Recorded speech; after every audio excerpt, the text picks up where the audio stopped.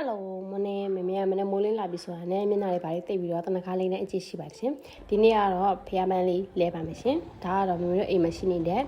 တပြေပဲမှာဒါကတော့ဗာလဲထိုင်းဗရမများတပြေပဲလို့ခေါ်ပါတယ်ဒီနေ့ကတော့စနေနေ့ဆိုတော့မမေယောက်ျားစနေသားဆိုတော့လေစနေနေ့ဆိုရင်ဖျားပန်းလဲတဲ့အကြည့်ရှိပါတယ်ပြီးတော့မမေကဖျားစင်မှာဆိုရင်ဖျားပန်းအဖြူပဲလဲရဆိုတော့လေပန်းတော်များများအဖြူပဲလဲဖြစ်ပါလေရှင်ဒီနေ့ကတော့ဖျားပန်းလေးလဲမယ်ဖျားရည်တွေ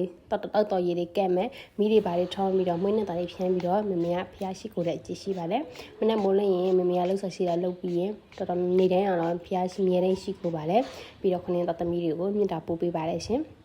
ဒါကတော့မမေရဲ့နေတိုင်းလှုပ်တဲ့တောင်းဝင်လေးပေါ့နော်ဒါကတော့ခုနတဲ့တပြေပင်လေးကအုံသီးဆွဲမှာတခါလေးတင်ပေးပါမယ်ရှင်မမေတို့မှာအုံဆွနဲ့လေးရှိရဲဆိုတော့အုံသီးဆွနဲ့လေးကိုလည်းတင်ပေးပါလေရှင်မမေကစနေနေ့ဆိုရင်နေတိုင်း